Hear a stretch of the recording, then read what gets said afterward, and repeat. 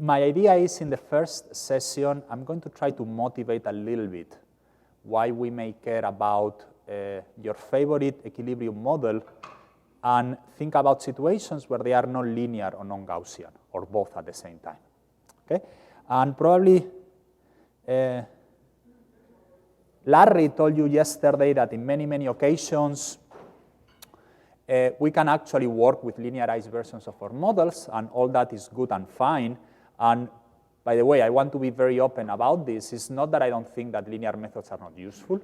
It's just that there are situations where you want to use nonlinear methods, okay? So don't think this in any way as in opposition. It's really a complementary way to think about the world. So what I want to tell you a little bit is why we are interested in this class of models and what are the situations in which we want to apply it. We are going to do everything in discrete time. I think that yesterday was also in discrete time. There is an argument to do things in continuous time, and the reason for that is that when you have, you know, the equivalent of the Bellman equation in continuous time is the Hamilton-Jacobi-Bellman equation, and thanks to an application of the Ito's lemma, one of the expectations that appear in the standard Bellman equation is going to disappear, and you are going to have a closed form for that. So actually, there is a lot of things that you can do in continuous time. However, the amount of applications that people have done of stochastic general equilibrium models using continuous time is very limited. So it seems a little bit crazy for me to start telling you about, you know, very, very advanced material when we haven't covered the basic stuff. And, you know, I would say that 95% of the literature is with discrete time models. Also, I'm going to focus on DSGE models, but when I teach this stuff at Penn, I always emphasize to my students that you want to think about this more as an excuse to present the methods and to think about concrete examples, that as a limitation of where these methods can be applied to. At the end of the day, what we are really going to do is learn how to solve functional equations, and pretty much everything in life can be set up as a functional equation. Okay? So you may end up, you know, I was before joking a little bit about this paper of mine about the evolution of guilt. You know, this is not a DSGE model. There are no sticky prices and there are no sticky wages. But, you know, at the end of the day, the type of methods that we use to solve it and to estimate, they are pretty much the same as the type of methods I'm going to tell you today. Okay. So as I was saying before, when you actually go over your favorite, I don't know, real business cycle model or your plain vanilla neo-Keynesian model, these models are nonlinear. Okay? The equilibrium conditions defined by the first order conditions of the agents, of the firms, the households, and the government, and the market clearing conditions are nonlinear equations. The common practice, however, is to apply this as a good engineer will do. These things are nonlinear, it doesn't matter, we linearize them, we go ahead. And this was the tradition, I think, since the early 80s, and with the combination of having Gaussian shocks, it makes for very simple and very straightforward computation. And in addition, since you are going to have a linear state space representation, you can use the Kalman filter to very efficiently evaluate the likelihood function.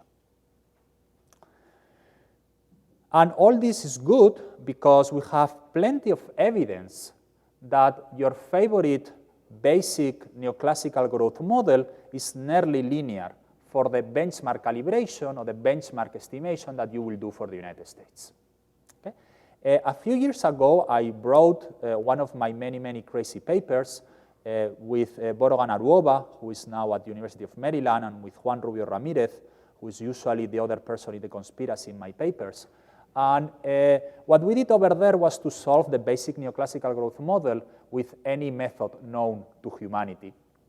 And the argument was that, in fact, the linear approximation worked pretty well.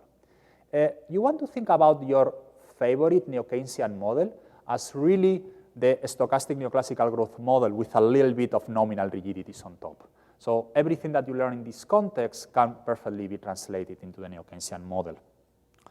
This type of results in my paper in 2005 will suggest, well, why in the world do you want to bother about nonlinear methods? Okay? And in fact, we started to think very carefully about that because I have done some other work on the estimation of nonlinear models, and I was interested to think about examples, cases where these nonlinearities will be important. So let me give you 3 examples. Of course, I'm going to borrow all 3 from my own papers, not because I think they are particularly deep or insightful, but because I know them well. By the way, all these papers I'm going to cite, they are on my webpage, and you're more than welcome to download them, and even better to cite them. So the first example is moving away from the standard expected utility function. Okay? So we go to first year microeconomics, and we take Mascolel, Green, and Winston, and they tell us about expected utility and its representation. But the problem is that expected utility, the traditional expected utility, has a lot of problems.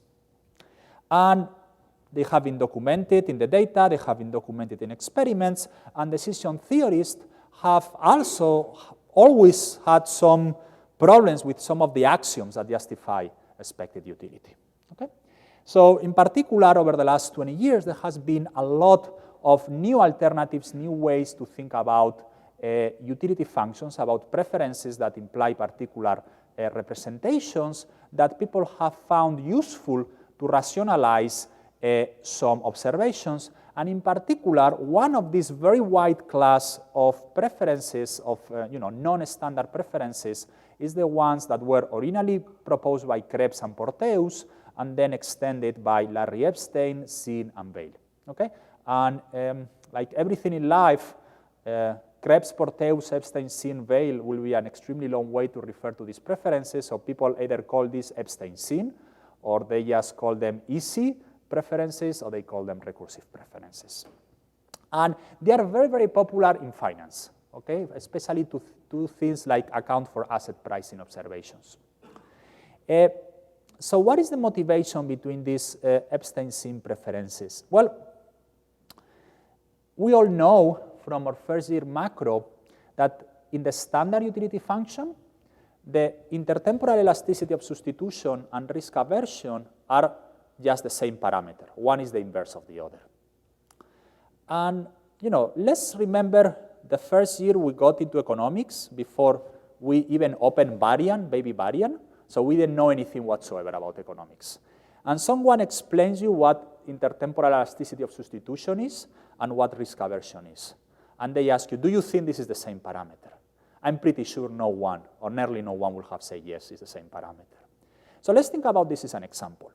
The elasticity of intertemporal substitution is how happy you are about substituting things over time. So I tell you, hey guys, you are going to be for 2 days at the NBER. The first day you can go to a very, very bad restaurant, and the second day, to celebrate the end of the class, you will go to a great restaurant. How much money or how much consumption in other goods I need to give you to induce you to switch that allocation to have the good restaurant first and the bad restaurants later, or the other way around? How much money will you be ready to pay to do that? Risk aversion is about the following. Imagine that today at 5, when we finish, we are going to flip a coin. If it is heads, we will go to the best restaurant in Boston. If it is tails, we will go to White Castle. And how much money are you going to be ready, to get away from this type of lottery? If you think about it, they are 2 very, very different things. And in particular, the reason why they are 2 very, very different things is because you can have someone like me. Okay? So I have extremely high elasticity of intertemporal substitution. And I will dare to say that most of you as well. After all, going to graduate school is the ability to sacrifice, especially if you did it like me in Minnesota, 5 years under the snow, going through a Stocky Lucas Prescott to become an assistant professor, so you could really spend 6 years at Penn, struggle like crazy, so you could get promoted, and so on and so forth. Well, this is having very, very high elasticity of intertemporal substitution. It basically means that the payoffs in the future induce me a lot of substitution with respect to my utility today. Now, risk aversion, I'm an extremely risk-averse guy. I'm the type of guy who will go to the airport 3 hours before, if he could, because I will always freak out about losing the plane. I will have 3 spare tires in my car if the trunk was big enough, because who knows, what if you have a coordinated failure of all the tires at the same time? Well, I cannot be explained by expected utility, because if I'm extremely risk adverse, I will also be extremely unwilling to do intertemporal substitution. I should have never said, let's go to Minnesota and work there for 5 years. So I cannot be explained by expected utility. I need to be explained by Epstein-Sim preferences. Okay? Well, the interesting thing is once you realize that this is the case, you need to start thinking about how we write models with this type of recursive preferences, and you need to start thinking about what are the consequences for business cycles, for welfare, for optimal policy design, etc.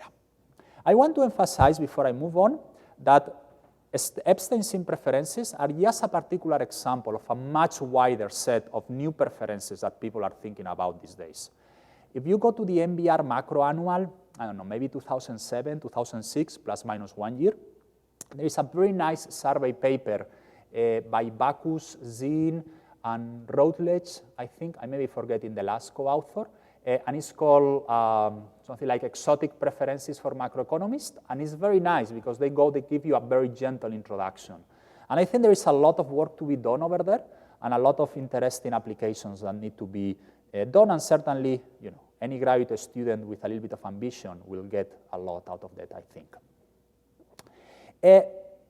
An interesting thing about Epstein-Sim preferences is that they also have a very tight relation with robust control. So I don't know how much familiar you are with the type of work that Lars Peter Hansen and Tom Sargent do, but they basically like to think about situations where I don't know for sure the model of the world. So imagine that tomorrow, you know, I get a call, we are going to have elections soon in Spain, so there is a new party in power, and I get a call from the new prime minister, and he says, Jesus, I appoint you, I don't know, who knows, governor of the Bank of Spain. So I go there to my office the first day, and I say, now I'm going to boldly implement the new policy. How do I know I have the right model? Okay, how do I know that, you know, my, who knows, Diamond Dybbuk view of banking sector is actually the right one? And in addition to it, this is not that I'm a Bayesian. It's not that I have 3 or 4 models and I'm just integrating over, you know, these different models. I have like, you know, this model is 0.3 probability, this is 0.5, this is 0.2, and I just integrate over that. It's a much more fundamental thing. It's more, I may be missing something and I'm not quite sure of what it is. So Hansen and Sargent show that there is a way to think about this type of problems that was came from engineers. Engineers were also facing several problems like this. You know, we are going to send a satellite to the moon, and who knows exactly what is going to happen, and I cannot even express it in a particular model. And it happens to be that some version of Epstein-Sim preferences imply a representation that is the same that you will get with robust control. And that's a really, really cool result. Okay? So you can also think about Epstein-Sim preferences as, you know, representing this situation where we have these concerns for robustness. So what I'm going to do to illustrate why we care about nonlinear models, I know this was a very long-winded introduction, but you will see how this makes sense in just 1 second. And it's a paper that I have called The Term Structure of Interest Rates in a DSGE Model with Recursive Preferences, where basically what I do is I say, can we explain the curve, the interest rates paid at the different maturities of different bonds in a simple model with production? This is interesting because most of asset pricing is done in endowment economies. Okay? You are going to assume that there is some endowment process, and then you are going to basically price that endowment. You are going to write some type of financial contracts on that endowment, and you are going to price those. I think we can learn a lot from that type of situations, but it is also the case that production economies, the fact that you can invest in capital and the endowment is not exogenous but endogenous, implies a lot of restrictions that are very important to understand well. And in particular, they are very important, coming back to my example of the governor of a central bank, if you are into monetary policy. You want, for example, to understand how the interest rates at different maturities respond to monetary policy, because maybe what really matters for monetary policy is the interest rate at 10 years or at 15 years and not the interest rate at 3 months. Okay? So it's important to understand those things. The standard model does a terrible job at explaining asset pricing and at explaining the yield curve, both with and without sticky prices. So this is something for which neo-Keynesian models do not help whatsoever. So we argue, well, what happens if we put recursive preferences? So let me show you what I mean by recursive preferences.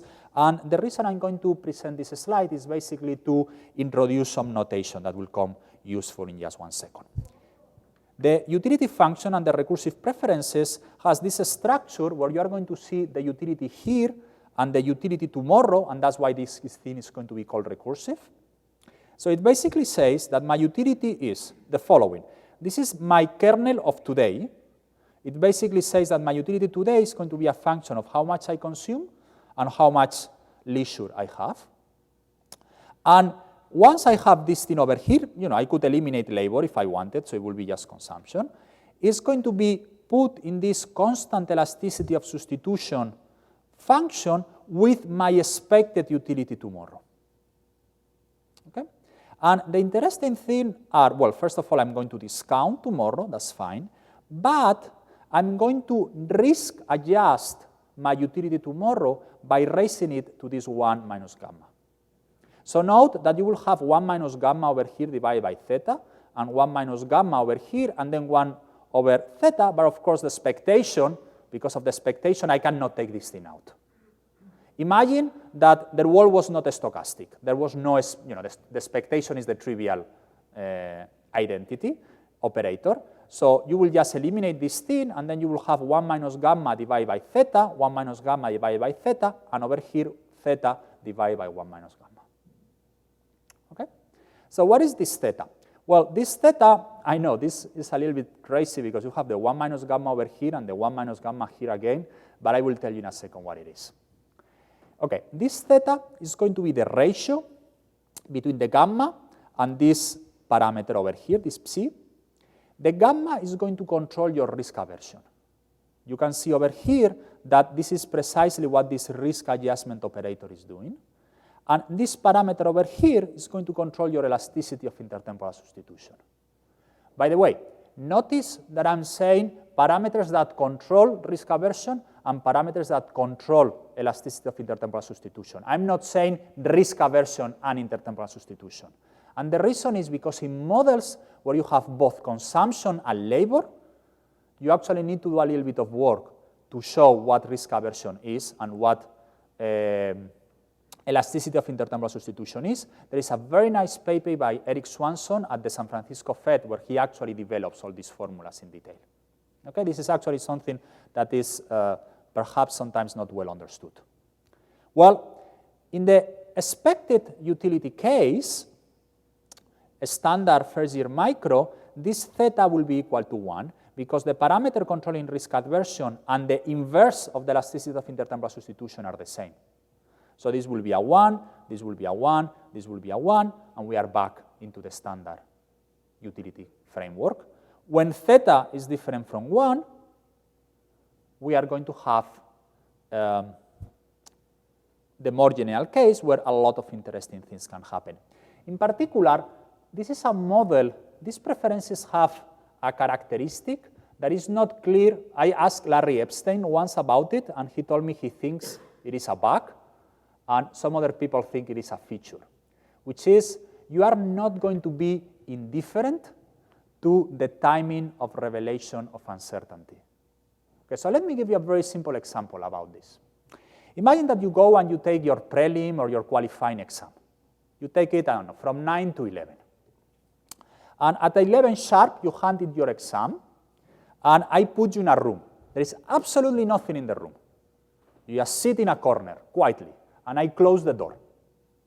And I'm going to tell you that at 12 o'clock, I'm going to open the door, and you can get out and, do whatever you want.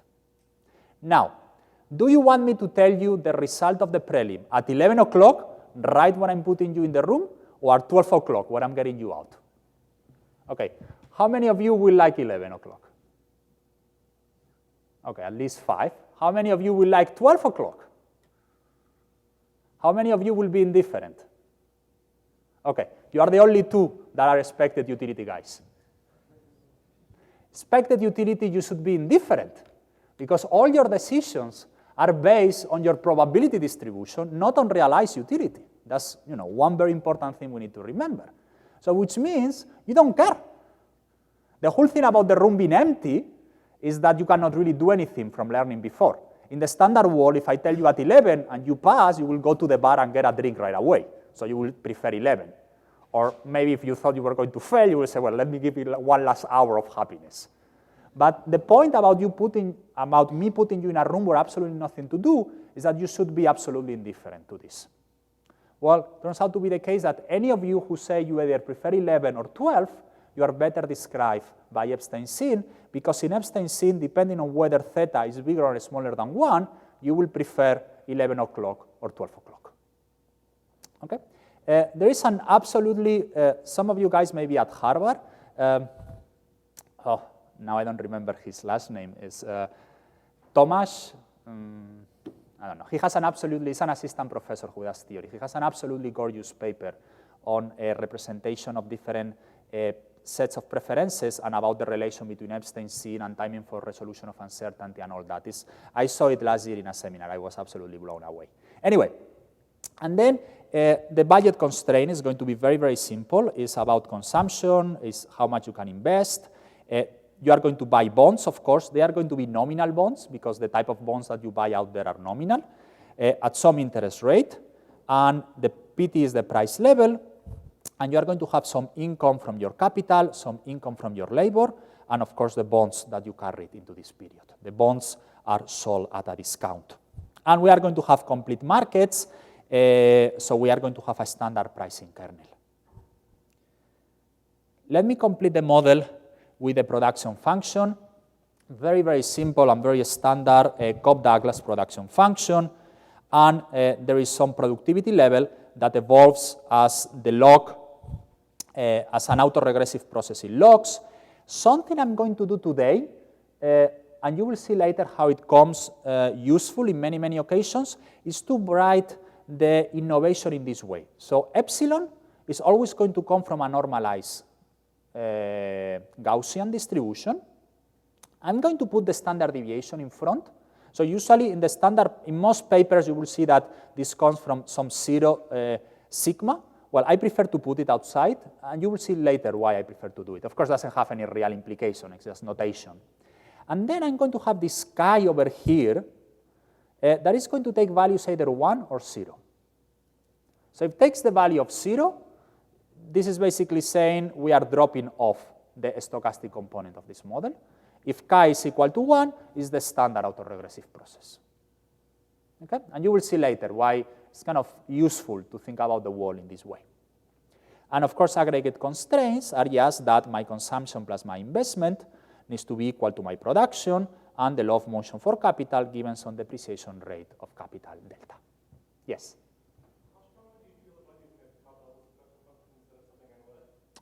Not very strong. I think about this exercise, I'm a big fan of partial derivatives. What do I mean by that? I think that's something that people perhaps in other fields, like engineering, appreciate more, is the importance of small steps. Of saying, look, let me take the absolutely standard model and just let me change one little thing to see if that improves or not. That's what I mean by partial derivatives. So this doesn't imply that I don't think that in the real world or in a very satisfactory model, I will have a lot of other features. For example, over here, I'm assuming complete markets. There are no complete markets out there. So it will be also very interesting to have models where, in addition to Epstein-Sinn, you have other structures of the markets, or you have a much more general production function. The problem is that if I introduce 2 or 3 changes at the same time, it's very difficult to know exactly which of the 3 is driving the results. Okay? So I thought, well, for this exercise, let me just introduce 1, see what happens, and who knows, maybe this tells me something interesting, or maybe it tells me that I need to do some other change. So in that sense, sorry. I'm asking about the general analytic function. I'm asking about specifying a specific analytic function that will have that definition. Oh, yeah, no, I understand what you mean. My only coming back to my answer before, my only reluctance to do that will be that then it will be difficult to tell in the exercise how much was because of easy preferences versus how much was because of the production function. Okay? So, if you're telling me, look, I'm going to take this paper, I'm going to put a marginal, now that we understand what happens with easy preferences, or, later on when we finish the description of what is going on, I understand what is happening, I'm going to put another utility production function, I'm very happy to do that. But for what I want to say today is really going to be the easy preferences that is bringing the results. Okay? Any other question? Okay, beautiful. So we need to solve this model, and it's going to be a tricky model to solve. And the reason for that is because, well, you will see. Let me define the state space. I'm going to have capital. Well, it's going to be in differences with respect to the steady state. This is just a parameterization of the state that is useful to carry around. The log of the productivity, and 1. Note that between these two I put a comma, and here I don't. I put, how do you call this, a semicolon or whatever, the other thing. And then a 1 over here. And it's because this 1 is not going to be a pure state. It's going to be a pseudo state. What is this 1 really? It's going to be this chi equal to 1. Okay? So I'm going to solve, basically what I'm going to do later in the second session, I'm going to show you how to solve the model where chi is equal to 0, and use that solution to approximate the case where chi is equal to 1. Now, under differentiability conditions of the value function, I know I can write the value function of the agent in this model as, and this goes back to the brief introduction that Larry did yesterday of these tailored approximations, as the value function in the steady state, the value function, the first derivative of the value function with respect to each state multiplied by the states. And by the way, over here I'm following the tensor notation. Let me just use this thing for a second. The tensor notation basically eliminates the sum operator when you don't need it. Okay? So imagine that this is the derivative of the value function evaluated at the steady state, and this will be the states, each of the states in time t, and I'm summing over all of them. Well, once you realize what is going on, you can really erase the sum operator. Okay?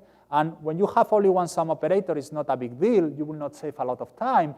But later on in the third order, you will see I will need to have like 3 sum operators, and the whole thing will not even fill in the slide.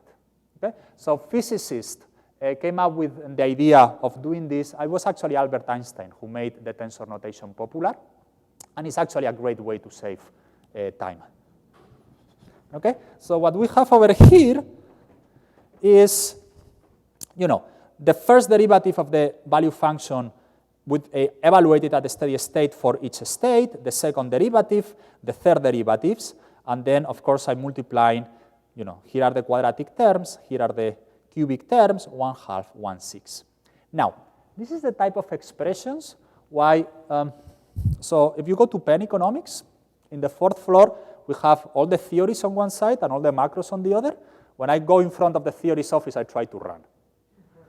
And the reason is, I'm always afraid that some of my very smart theory colleagues is going to ask me, okay, Jesus, you write all these papers, all this is good and fun. How do you know that these partial derivatives exist? Okay? And I can tell them, well, I can go to Stokely-Lucas-Prescott and I can show you that the first partial derivatives exist. I can go to a very nice paper by Manuel Santos in Econometrica and I can show you that the second derivative of the value function exists, but I'm not aware of any paper which tells me that the third derivative of the value function exists. So here I'm just going to wave my hands, and hope and pray that that derivative exists. Okay? So, I need to be open and recognize that we are going to do things which, will make some people uncomfortable. We can also approximate in the same way the function for any policy for any variable that is picked by the agents, okay? So things like investment, consumption, labor, and they are, I call this var, I guess that this is bad notation because it looks like it's a variance. No, it's for variable. And again, it's going to be the variable in the steady state, the first derivative of the decision function, the second derivative of and the third derivative, okay? Now, coming back to my point before, we know that the first partial derivatives of decision functions exist. We don't know anything about second and third.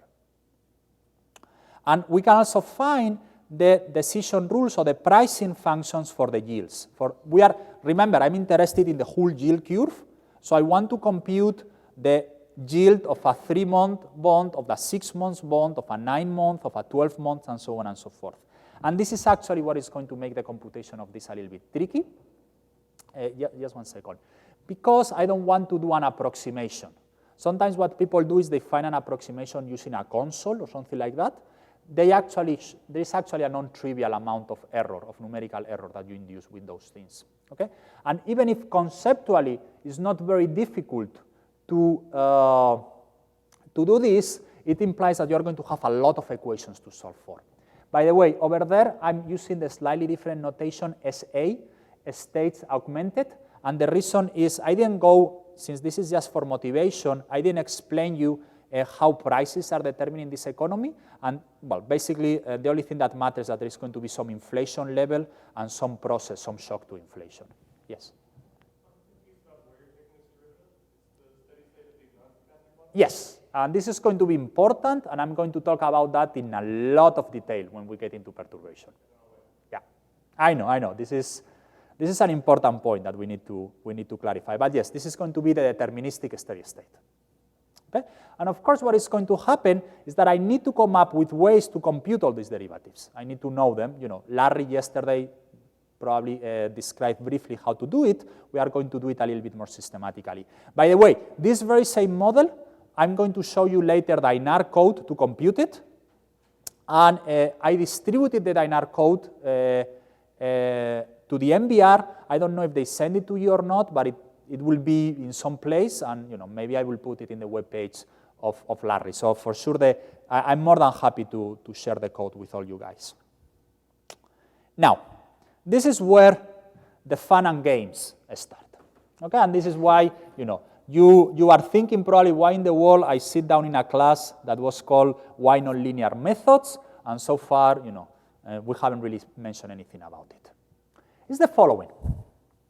Okay, so let me go back to this for a second. So why did Epstein and Singh got very excited, and then people like Lars Peter Hansen and many of the other guys who work with Epstein-Singh preferences got really, really excited? They say, haha, what is the problem of your standard business cycle model? It doesn't do such a bad job with real quantities. It doesn't do a perfect job. We know that the labor market doesn't quite work. Well, who knows? Maybe if we talk with our search theory friends, they will fix that. But things like consumption, investment, it does a fair job. Where it does a terrible job is in asset pricing. It's impossible to explain the risk premium. It's impossible to explain a lot of correlations out there. Well, if we believe that more or less all the real quantities are determined by the elasticity of intertemporal substitution, and most of the action of asset pricing is by risk aversion, the fact that now we have two parameters is great.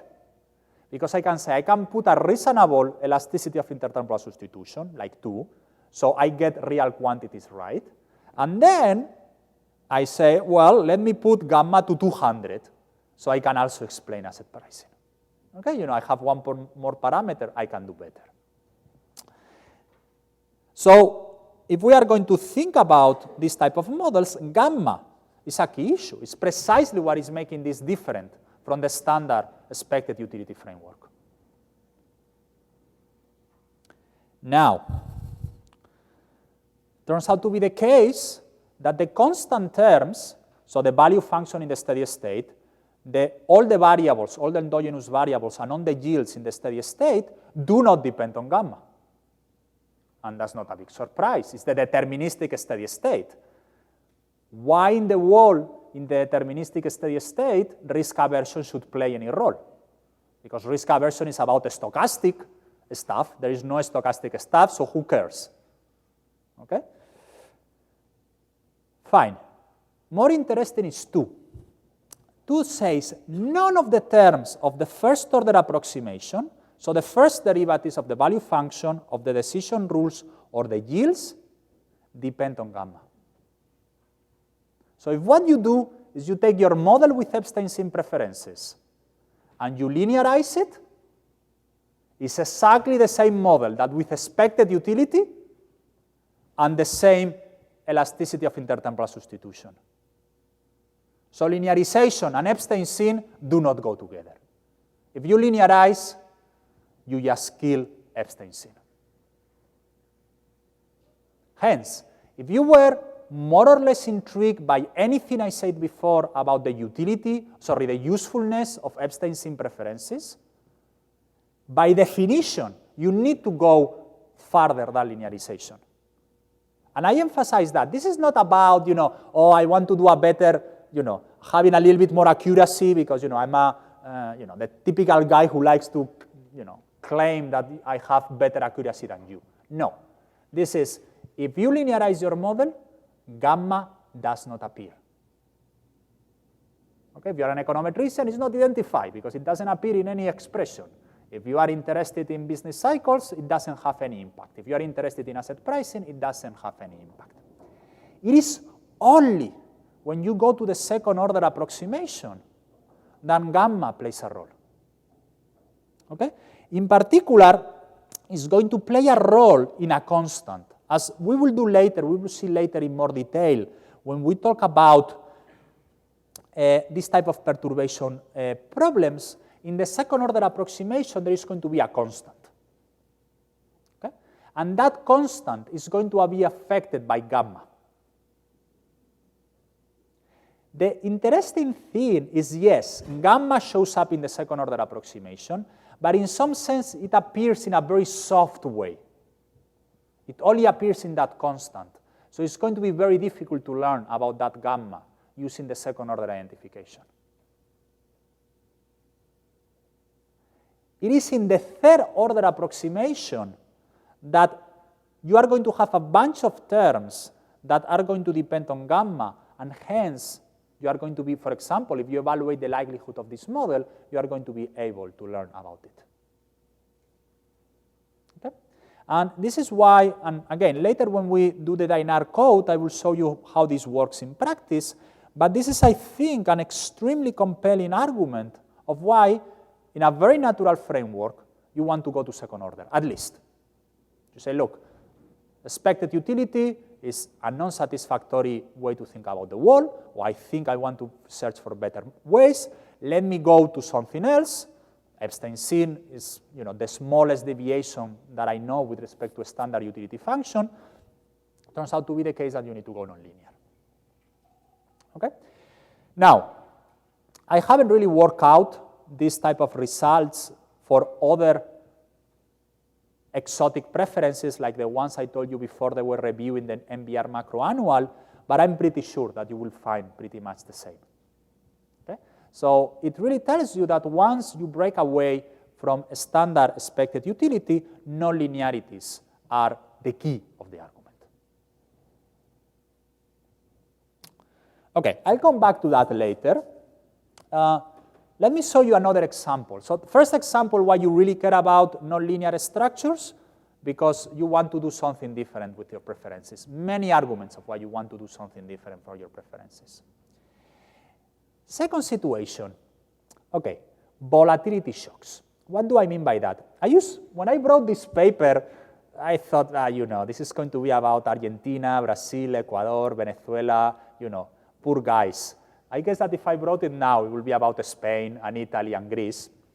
But hey, the paper is already published, well, it's forthcoming, so I will leave that to other people. But this is basically, I think, a way to try to organize our thoughts about what is happening in some of these countries along some dimension.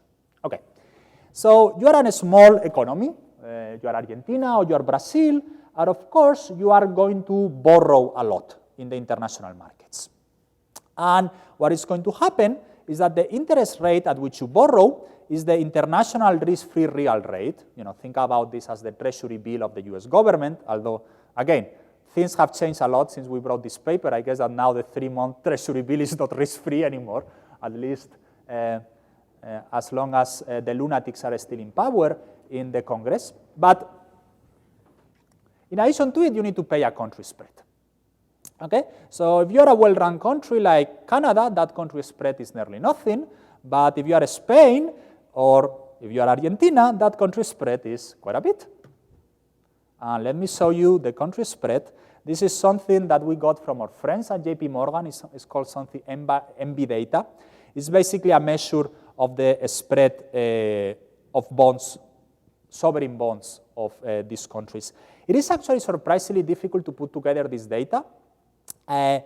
Even today, if you want to get very good data on a Spanish spread, it actually takes a little bit of time to put the whole series together. So it's one of these things where, good data set building is actually a little bit needed. Anyway, but we put this together. Okay, so let me show you who these different countries are. So this black one first, Argentina, and you can see, of course, this is the Corralito, and this thing goes down, and then they restructure their debt, and then the spread went down. But you also have over here Brazil, you have Ecuador, you have Venezuela. And you can see how this is an order of magnitude. These spreads are much bigger than this very, very small line over here, which is the T-bill. By the way, we are doing everything in real terms, so you can see how the T-bill was actually negative in real terms in the middle of the decade. This is the type of things that people like John Taylor complain about monetary policy. Also, before I forget, all this sovereign bond debt that we are discussing is issued in dollars. So the only relevant inflation is the US inflation. Okay, so people have argued this big spike, by the way, is the Russian default, and Russian default will play a little bit of an argument of a role in my argument in just 1 second, so remember that. So a lot of economists have looked at what happens when you have these shocks to spreads. Okay, so very nice papers. Basically, what they say, you have a shock to the spread. It's more difficult to finance yourself. Stuff is going to happen. What we were trying to argue is different. It's saying, look, if you look at the volatility of this series, so think about the standard deviation, some type of rolling window of the standard deviation of this series. This thing sometimes is very, very volatile. Look at this, and sometimes there is very little volatility over here, for example. Okay. Let me, again, talk about the Spanish debt, since unfortunately, one of the first things I do now in the morning when I wake up is I pick up my iPhone and I look at how the Spanish debt was trading that morning. So this morning we were trading at 266 basis points. Yesterday we were trading at over 300. Think about the humongous level of volatility that that thing is. Yesterday there was a auction of 10-year treasury bills, of Spanish treasury bills. We sold them at 5.85, if I remember correctly. This morning, they were trading at 5.70. And I don't know how many of you guys have a little bit of familiarity with the bond market, but a difference of 15 basis points on a 10-year bond is a lot of money. And we are talking here about 12 hours. Okay? However, if you go to 2003, the Spanish debt, the average change will be 1 basis point, 2 basis points, 3 basis points. Okay? And of course, there is a correlation of level shocks and volatility shocks. Okay? And in the paper, when we do the hard work in the paper, we actually take account of that correlation. But what I want to think about is what happens if you are Brazil over here and suddenly the Russians default. Okay? Why do I want to think about that? Because you're Brazil, you don't have anything to do with the Russians. You have never been in Russia, you don't trade with Russia, you don't have the same type of exports or imports that Russia have. The correlation in fundamentals between Russia and Brazil is pretty much zero. Suddenly, Russia is not going to pay their debt, and you are going to have the risk that you have to pay for your bonds goes up a lot. That's the level shock, but also the volatility goes up a lot. Suddenly handling your debt, you are the Brazilian Minister of Finance, is a much more difficult task. Okay? So why is this interesting? Because it's the perfect example of an exogenous shock to volatility. Okay, you were minding your own business, and suddenly something else happens, and your debt is much more volatile. what are the consequences for your economy of this increased volatility in your debt. By the way, in other times, you could argue that some of these increases in volatility are endogenous, but actually when you talk with financial people in financial economics, they will tell you that over 90% of the volatility in spreads for emerging economies can be explained by the volatility of the SP 500. Okay? So to a large extent, a lot of the volatility shocks over there are exogenous. You are the Prime Minister of Peru, you didn't have anything to do with this situation, and suddenly your volatility goes up. Okay? This is like a couple of years ago in an IMF meeting, one South American Minister of Finance said, it is so great to be in a crisis where we were not the guilty part. Okay? So how can we think about this? There are many, many ways out there to think about volatility changing over time. The one I'm going to propose is, I'm not going to defend is the better or the worse, it's just something that works for us. Okay? So what we are going to do is think about the following decomposition of the interest rate. So the interest rate at which Argentina borrows is some mean, and then there is going to be a shock to the T-bill, to the US T-bill, Treasury bill, and there is going to be a shock to my spread, to my country risk spread. And what I'm going to assume is that these spreads follow an autoregressive process, like the normal autoregressive process you will see in any paper, except that here in the volatility, in the standard deviation, I'm going to put a T. You see that? Okay? So the standard model, the T goes up. Now, it's not the standard model anymore, I put a T. How does this standard deviation, well, it's not really a standard deviation, it's the exponent of the standard deviation, but you will see in a moment why I do that. It's because this standard deviation, or this exponent, this log of, is going to follow an autoregressive process of its own. And the reason I want to put an exponent over here and a level over here, or I could put a log over here and a level over here, is because I want the standard deviation to be positive. Okay? I'm not so good at the statistics, but that at least I know. And the interesting thing about this process is that you are going to have here a second shock, which is the volatility shock. What does this mean? What do I mean by that? This is Russia default. I think this has a volatility shock. That implies that the volatility of my spread goes up, and that fits over here into my level. Okay? Now, I was saying before that there are many, many ways to think about changing volatility. For example, instead of thinking about discontinuous process, we could think about discontinuous, a Markov regime. You have high-low, and you just switch between high and low. Okay? The reason I'm going to concentrate on this is because by assuming that the standard deviation is a continuous variable, I'm going to be able to take derivatives. I'm going to do perturbation, and perturbation is about derivatives. If I had high and low, I will not be able to do that. Now, even in this case where it's continuous, I'm going to argue in just 1 second that we are going to have an inherently nonlinear problem. Well, if I had discrete, it will be even more nonlinear. I don't know if the word more nonlinear exists or not, but I hope at least you understand the intuition. Okay? So in some sense, this particular structure, which I'm not particularly married to, but I find it useful, is the least or the smallest deviation with respect to other ways to think about volatility from the basic linear framework. Now, in this basic example, I don't allow for correlation of shocks. In the paper, we actually do allow for correlation of shocks, and we estimate the whole thing. Now, what do we do? Well, what we can do is we can plug in these processes in an otherwise absolutely standard small open economy model. Okay? So the standard small economy model is by Mendoza, 1991, and Correia and Revelo have a version, and Neumeyer and Perry, and Martin Uribe and Yue have another version. But basically what is happening over here is you are in a small open economy, you have a representative agent that is borrowing from the rest of the world. And the interest rate at which you borrow just follows this stochastic process. Okay?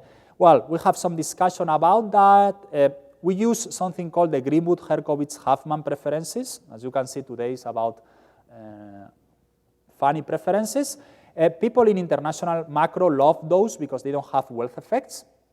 And if you want later in the break, I can tell you a little bit more, but it's a little bit collateral to the main discussion. So just believe me for a second what I'm telling you, that is useful to have those.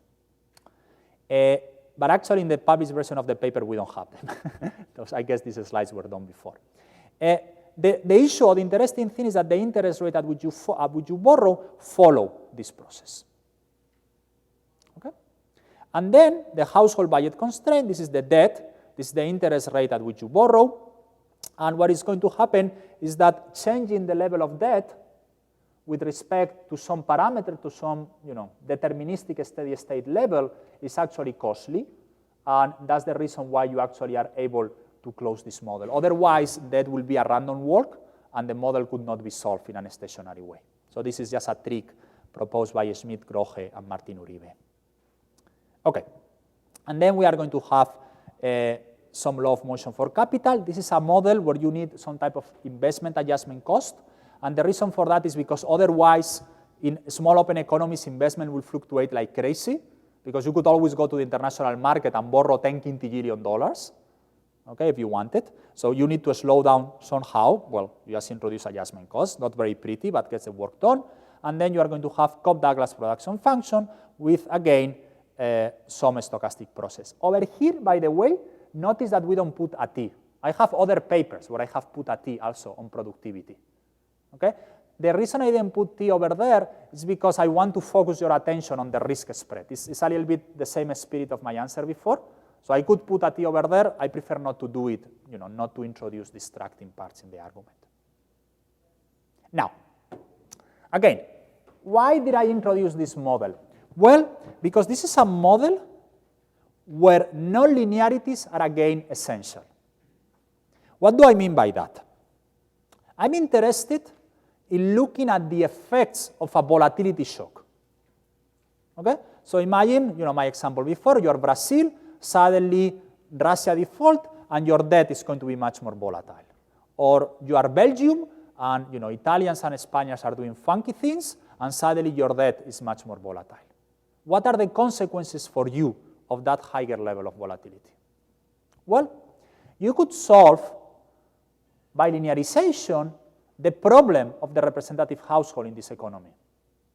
But you will find that the first order approximation, as Larry probably explained yesterday, is certainty equivalent. By certainty equivalence, I just mean volatility, that is the standard deviation, does not show up in the decision rules of the agents. So by definition, you cannot talk about the effects of volatility in a linearized wall, because linearized walls are walls without care about that. Okay? A way to think about linearization is that it's equivalent of finding a second-order approximation of the utility function and solving that problem. And we know that with quadratic utility functions, you are risk-averse, you don't like risk, but you are not prudent. You don't do anything about it. Okay? The reason why you change your behavior is because you have at least a third-order derivative that is different from zero. That means that you need to go higher than linearization. What happens when you go to a second order? Well, basically, that in that situation, you are going to have volatility shocks entering into your economy, but they will only enter in terms, and all this will be much clearer later when I actually introduce all the perturbation notation in detail. They will only enter in terms that multiply the level shock. Okay, so you're going to have a term that has the volatility shocks multiplying the volatility shock. Well, what is the problem of that? I'm interested again in the partial derivative, in what happens when only the volatility changes. If only the volatility is changing, the level shock is zero. So 0 times something is 0. Okay? So yes, I can generate a little bit of effect of volatility in real quantities in the second order approximation, but it's only through interaction terms. If I want to compute an impulse response function, let's say, I need to go to the third order. Because in the third order, it is where the volatility shocks appear on their own. You see the beauty of this? So volatility shocks are something that we care about, and they only appear in third-order approximations. So again, this is not a case where I want to do nonlinear because I want to, I have this gigantic computer at my office, and I want to justify to my chairman and my dean why they gave me $10,000 to buy that. So I say, no, I did something more complicated. No. It's because I need to think about volatility that I need to go to second and third order. Okay? I have actually another paper that hopefully I will circulate. I have already been given it in a lot of seminars over the last 3-4 months, and hopefully I will circulate it as an NBER working paper in a few weeks. And it's a very similar story, but about volatility shocks to tax rates.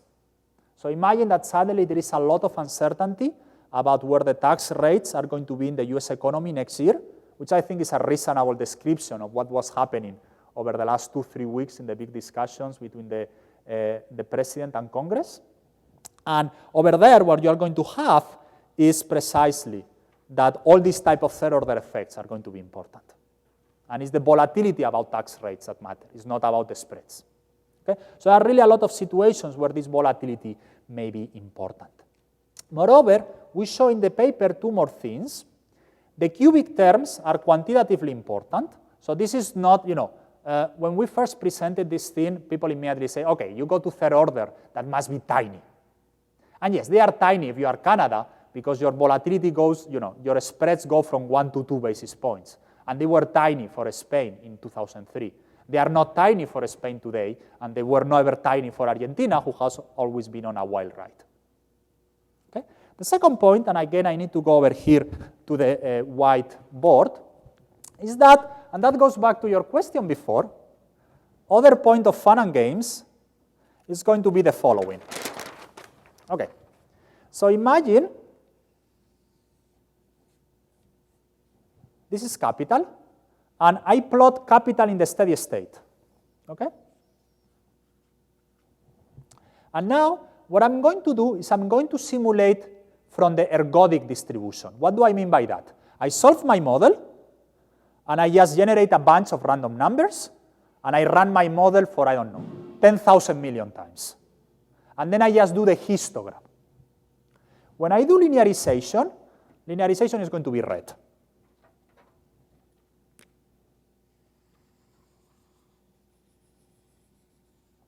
It's going to be like that. It's going to be centered around the capital in the steady state. Why? This is just a linear state space with Gaussian shocks. Remember, I'm linearizing, so anything that has to do with non-linearities, etc., disappears. It's centered over there.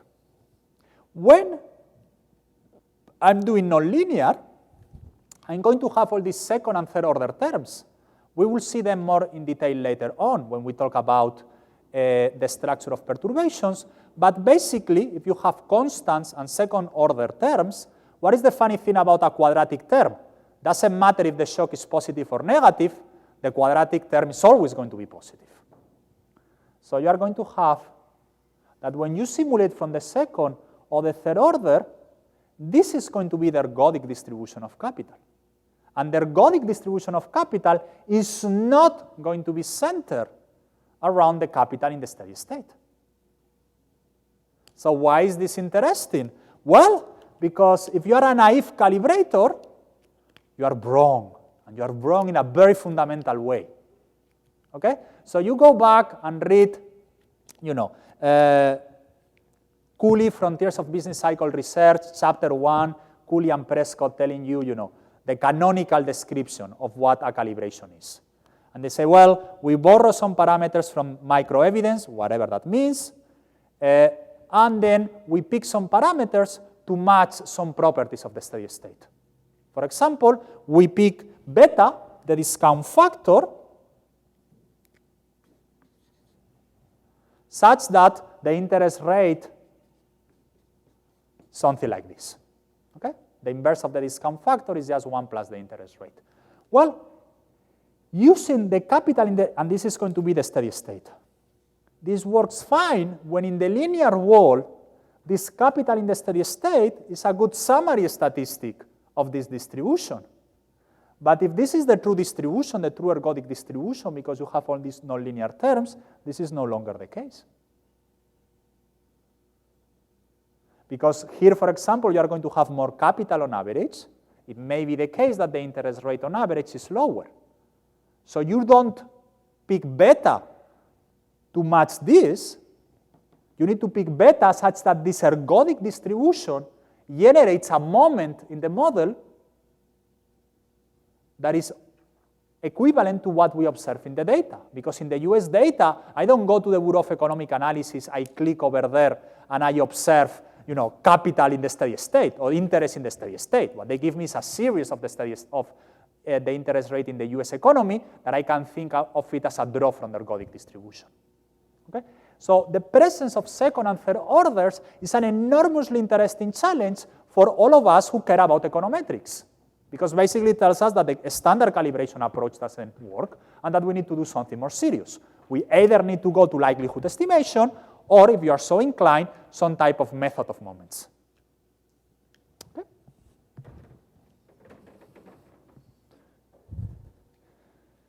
okay, so let's recap why we care about nonlinearities. First example I told you guys was any type of non-standard preferences. Second example, any situation where there are some volatility shocks. Okay? By the way, before I move into this, there is a way to make volatility shocks even bigger and more important, which is by any type of non-convexity. There is a very nice paper that I invite all of you to read by Nick Bloom, 2009 Econometrica.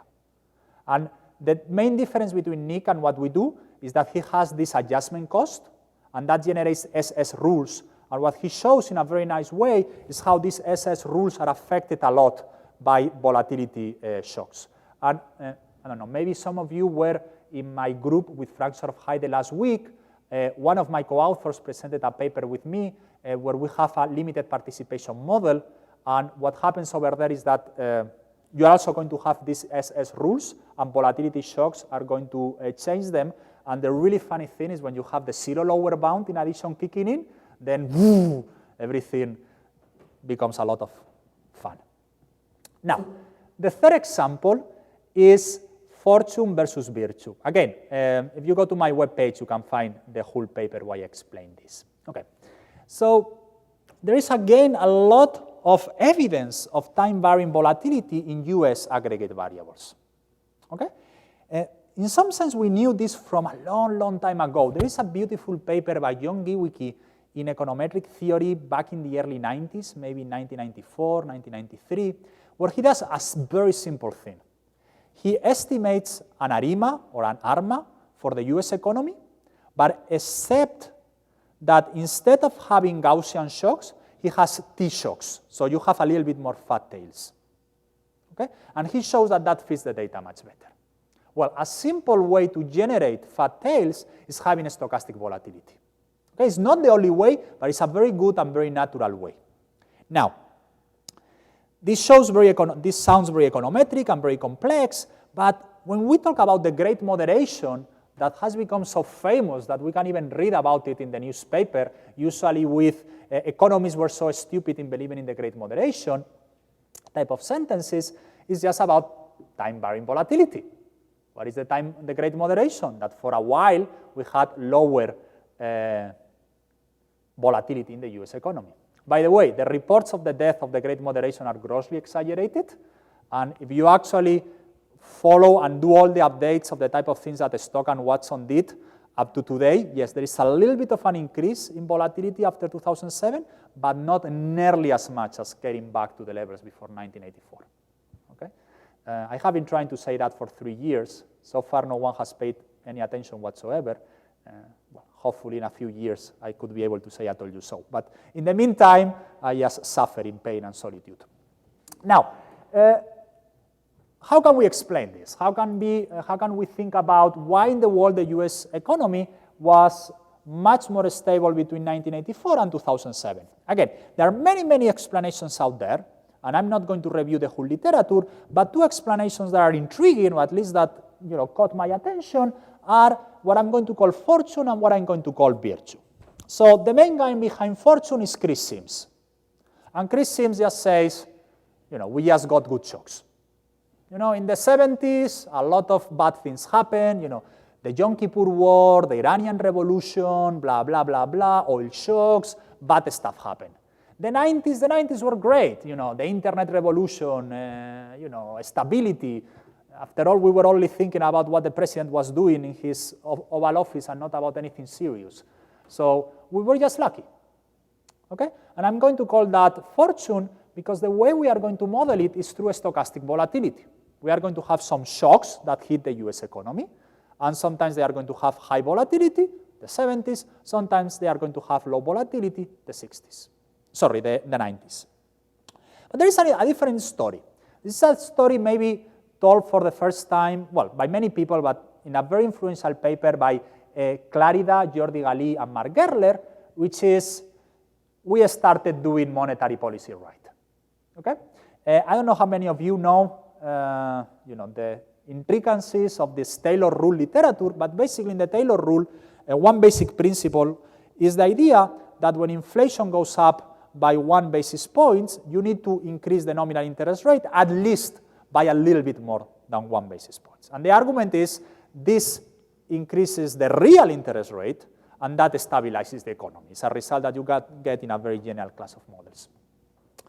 And basically what these guys argue is when you estimate Taylor rules before Volcker, before 1979 or before 1984, depending on how you split the sample, the Taylor rule seems not to be satisfied, but it was satisfied after 1984.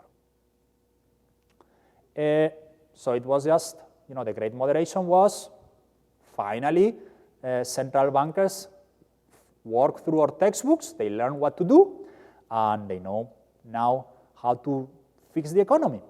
If you think about it, the policy implications are very different because stochastic volatility really has the policy implication that beyond praying, you cannot do anything about it.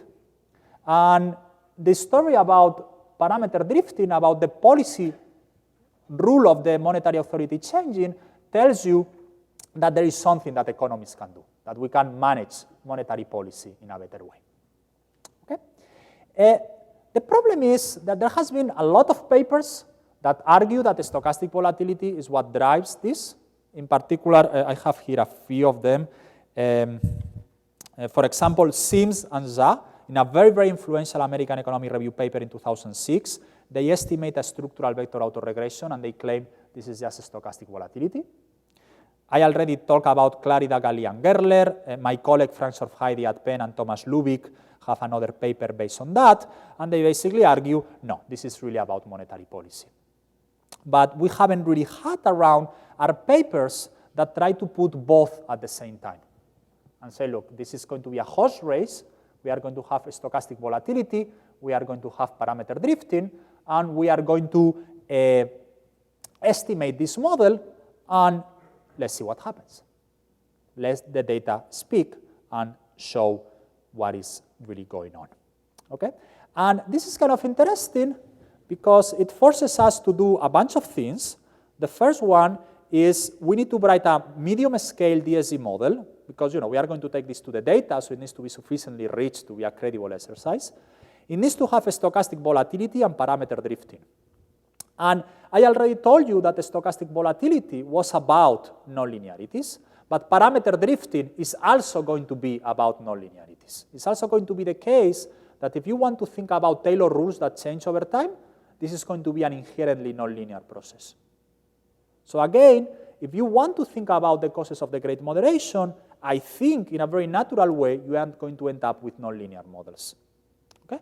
And in the paper, we need to do a little bit of work. In particular, we need to develop ways to evaluate the likelihood of such a complicated and rich model. And we want to do things like build counterfactual histories. What will have happened if? Okay? I don't want to get into much detail over there, except just to point out where we are going to introduce the stochastic volatility.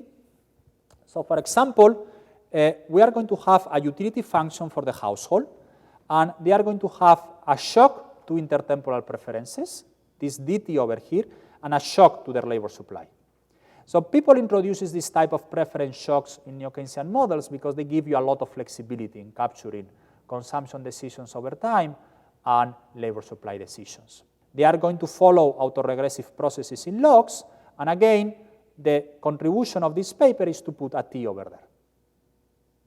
And again, now this is going to be an autoregressive process. In this particular case, I'm writing it in logs, but it's the same as before, okay? And you can see this over here. And then, let me not go in detail over all the model because we, okay. And then there is going to be, well, a bunch of equations. Believe me, I think they are right, I hope. But we have a Taylor rule, and the type of variations we are going to be interested in the Taylor rule is things, for example, over here. This is inflation, okay? And this is the parameter that governs your average inflation. And again, we go back to this thing that I was showing you before, because instead of writing over here,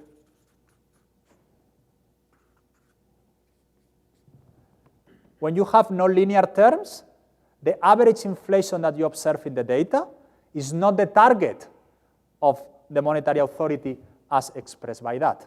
The monetary authority understands there are going to be nonlinear terms, so if you want to target a 2% average, you may need to put in your Taylor rule, I don't know, 1.5. Okay? So that's, again, an interesting point over there. But what we really care about in this particular case is this parameter over here changing over time in an autoregressive fashion. Again, I could do it in many, many other ways, but autoregressive is just simple. And this is what we are going to call virtue. The fact that we are going to become more aggressive in responding to inflation. Okay. So those three examples are my motivation today of why we care about nonlinearities. Non-standard preferences, anything that has to do with stochastic volatility, anything that has to do with changing policy over time. There are many other examples, which I'm not going to get into detail, but let me at least enumerate them. Things like asymmetries. Okay? So the standard neo-Keynesian model, or the standard real business cycle model, a positive shock and a negative shock are the same. They just have a different sign. That's when you look at the impulse response functions in papers, they only plot a positive shock. Because if you want to see the negative shock, you flip your iPad and you see it the other way around. Okay? Well, the world is asymmetric. One of the few things that Jim Tobin and Milton Friedman ever agree on was the following idea, that when you plot GDP over time, it looks a lot like this, with long and smooth expansions and sharp and short recessions. I remember when I was an undergraduate, back in Spain, we had this book by Dorus Fischer, which I guess most people have studied, or at least people in my age used to study, Introduction to Macro, and we had this professor that came the first day, and they had, you know, this graph, I perfectly remember like a cycle around a trend, and he said, throw away that page, tear it away right now. And everyone was like, what is this guy saying? He was a rather forceful person, so he actually walked to the first row, picked the textbook of a poor girl who was sitting in the first row, opened it, tear the page away. I said, now I want all of you to do the same, which was a lot of fun.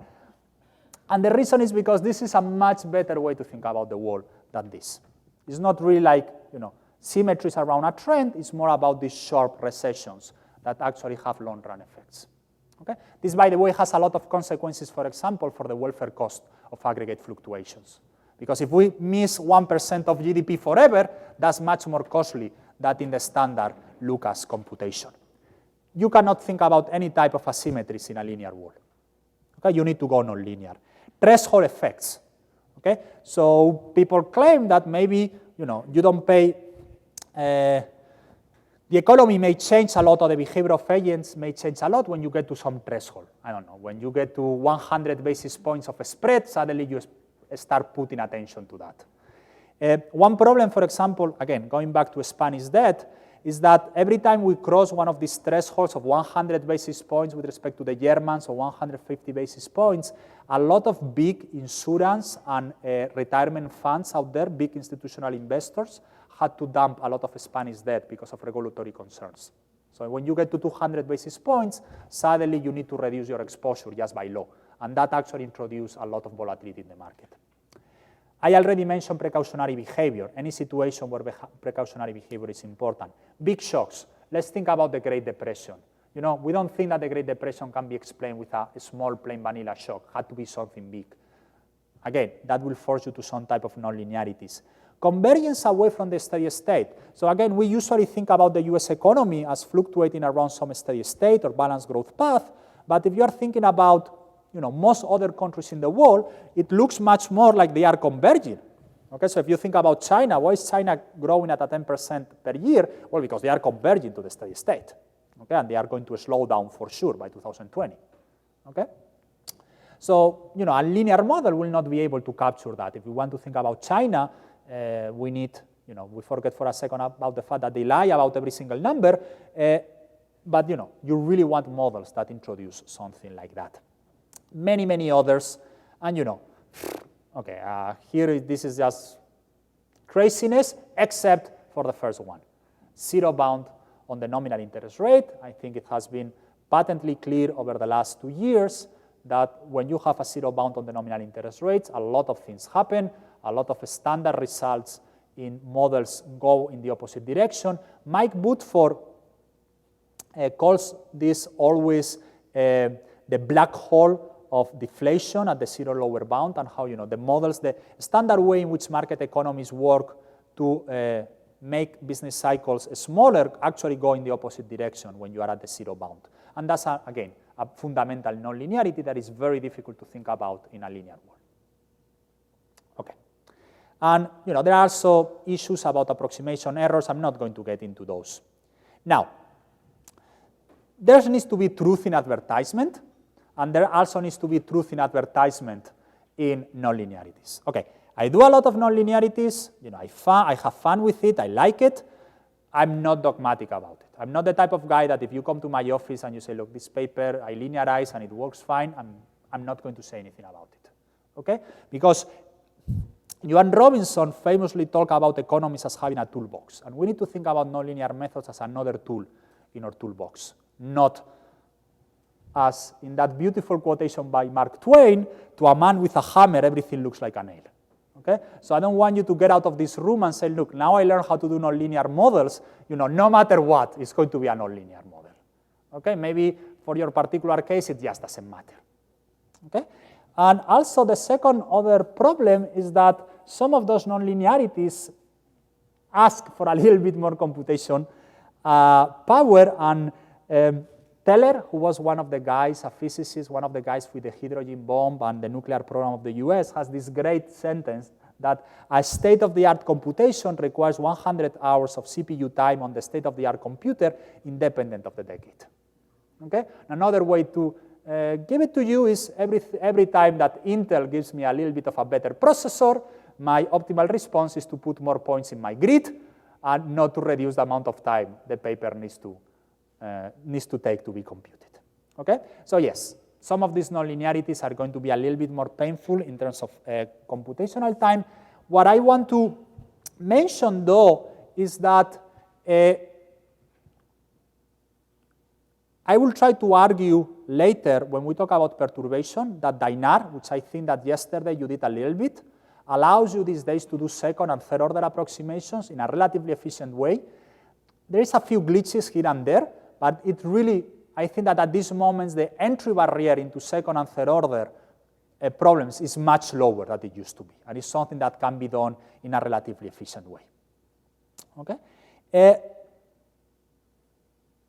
This is just going to be, well, this is my general notation about how to solve this, but since Larry did that yesterday, I don't think I need that. I just want to finish this first session. Unfortunately, because we only have 6 hours, I'm not going to have much time to talk about how to estimate these nonlinear models. I'm going to concentrate on how to compute them. However, I want to take 5 minutes now to talk a little bit about it. And in addition, I distributed an additional set of notes that are called something like filtering and likelihood or something of that sort. I'm not going to talk about them unless I run out of material to cover, which will be probably unlikely. But hopefully over there, I try to present some of the basic ideas. Okay, so at least will be a pointer for future research. Okay, so just let me give you kind of the particle filter for dummies introduction.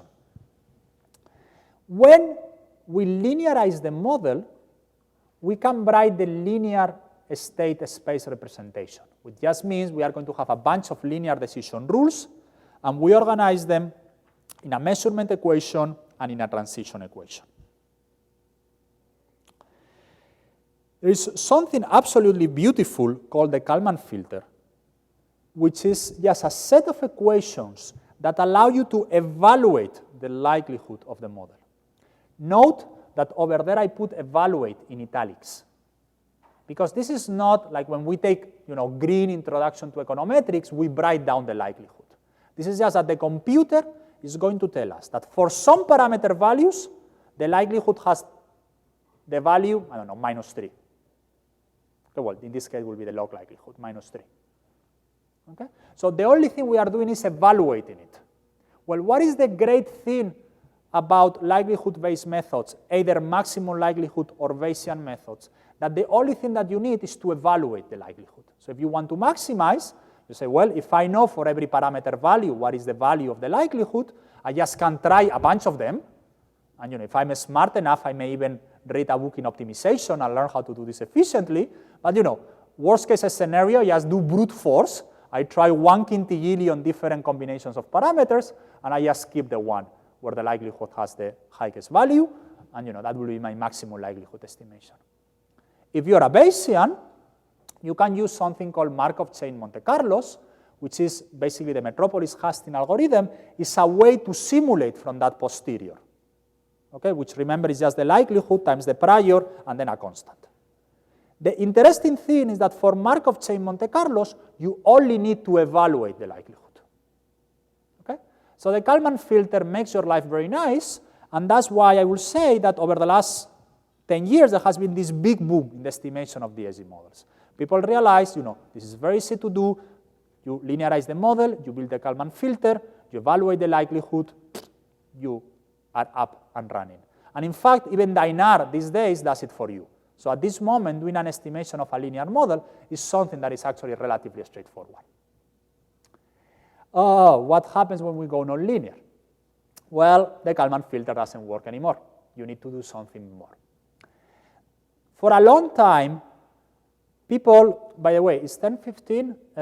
I'm going to do intertemporal substitution. We claim at the beginning of this lecture that we are people with high elasticities of intertemporal substitution. So I will go a few more minutes, and then we will just start a little bit later. Okay? Believe me, I'm not going to default on this commitment. What you need to do, okay, so sorry, I was talking about how we do this nonlinear estimation. People in the 70s and the 80s tried things like the extended Kalman filter and different variations of the Kalman filter. None of them actually work quite well. You can actually show they work not very well at all. Fortunately enough, in the 90s, people came up with the idea of using something, the Sequential Monte Carlo, which is basically a smart simulation method. Okay, and I guess that these days, even if you go to Wikipedia, you are going to find a basic introduction to Sequential Monte Carlo. I have written many, many papers about Sequential Monte Carlo methods. I think they are relatively straightforward to follow. And my webpage, I have a very simple example of how to do a very, very simple Sequential Monte Carlo that hopefully is easy to understand. Okay? And basically the idea is we are going to use a Monte Carlo to simulate a bunch of states from my model, and I'm going to be able to evaluate the likelihood using all those states. Okay? And just in an absolute 30 seconds kernel of what is going on,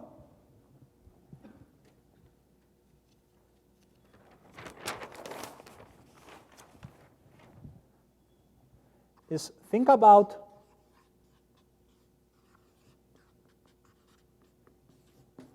this is my period likelihood. Okay? This is the probability of observing this data. Sub-index here means this particular period. Conditional on all the previous observations. Super index means is the whole vector, and my parameter values. Okay? In general, evaluating this when the model is not linear is very, very complicated. But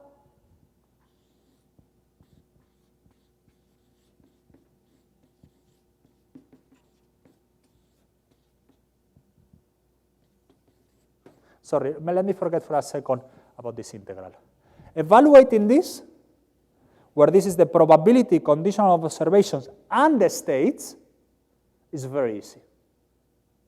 Because basically what you do is you go to your decision rules, you plug in the states, and you just look at what type of innovation in that period will give you this choice. And you say, well, if somehow I can come up with this probability of these states, I can integrate, and voila, I have my likelihood. So usually what we do in econometrics is to try to integrate out the stuff that we don't like. Sequential Monte Carlo is kind of the other way around. We unintegrate, and the way we are going to do this is, this I know how to evaluate, this I'm going to simulate, that's what it's going to call a sequential Monte Carlo, and this integral is just going to be approximated as a sum, as an average mean, as an average. Okay? And that's what the chapter on sequential Monte Carlo tries to tell you a little bit how to do. So what I'm going to do now, before we break, is, again, I know this was very short introduction. By the way, if any of you guys want, I will be more than happy later in some of the breaks, or maybe after lunch, or when we finish to talk more about these things, is kind of give you the basic algorithm of how you will think about this. Okay? So the basic algorithm will be how to evaluate a likelihood, okay? And the input will be some observables, the DSGE model, and some parameters, and the output is the likelihood. And basically what you are going to do is the following. Given some parameter values, you are going to solve for the policy functions. Okay? This is what we are going to try to do in the next 3 sessions. Then, given those policy functions, you are going to write the state space representation. ST is the state. This is the law of motion for it. And given some states, there is going to be some observable. And these are just going to be shocks, measurement errors. These are going to be things like innovations. And you are going to be able, doing this type of sequential Monte Carlo, to evaluate the likelihood. And then you can do whatever you want. You want to maximize it, or you want to put this in a Markov chain Monte Carlo. One, the fact that we need to solve the model for each particular set of parameter values is going to emphasize why in the next 3 sessions we need to do quite a bit of work on being able to do this in a fast way. Okay? Because look, if we just want to do this for one set of parameter values and it takes 1 day, that's not a big deal. We leave it running on Sunday, we come back on Monday, it is there. But if we need to run it 10,000 times, I think that most advisors will be unhappy when graduate students tell them that they will need 10,000 days to run simulations. I had this student that will come to my office basically to report that his value function iteration had done 1 more iteration. Okay? I tried to express to him forcefully and honestly that this was not considered acceptable progress, that I wanted a little bit more than that. Okay? So we really need to do this for many, many combinations of parameters, so we want to do it fast. And that's why in the next sessions we are going to try to do this in a little bit efficient way. Okay? But the way I always explain this to people is, as long as you keep the basic idea of what we are doing in your head, it's very easy to understand. Okay? So you pick parameter values, you solve the model, you write the state space representation, you evaluate the likelihood function, and then you put this in a loop and do this for many, many parameter values. And you are ready to, well, this will be the case where you are doing maximum likelihood estimation, which is you basically try a bunch of different parameter values to see if you are getting them, if you are maximizing or not. And in the case that you are a Bayesian, well, you will do it in a Metropolis Hastings. I'm not going to explain what a Metropolis Hastings is over here, but again, the idea is just a simulation method to do this efficiently. Okay?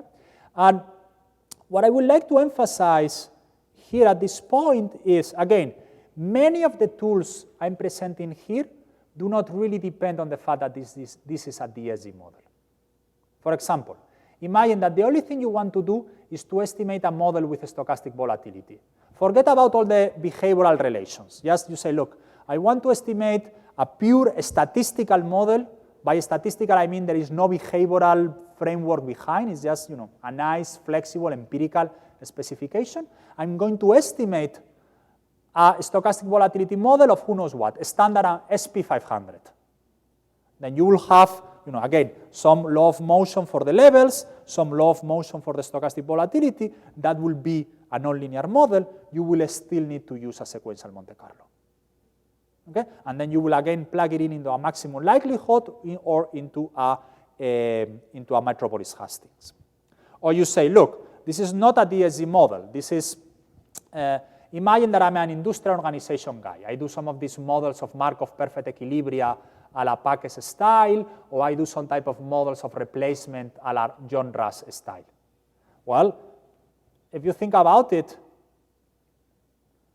eliminate where it says DSGE over here, put IO, and then it goes. Okay? You just have your model. It's going to be a dynamic model. You are going to solve that model, hopefully in an efficient way. You are going to have a state space representation. As long as there is dynamics, there is always a state space representation. You evaluate your likelihood, and you estimate. Except, I'm a macro guy. I will estimate things like risk aversion and discount factors and the response of monetary policy to inflation. People in IO may estimate, the parameters determine the market power of different firms. But in some sense, these are just labels that we attach to mathematical problems that are at the very core exactly the same. Okay?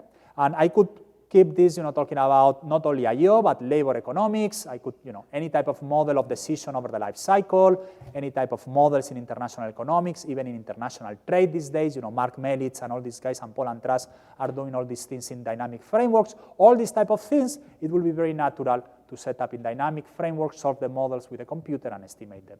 And those will be very cool applications of all these type of things.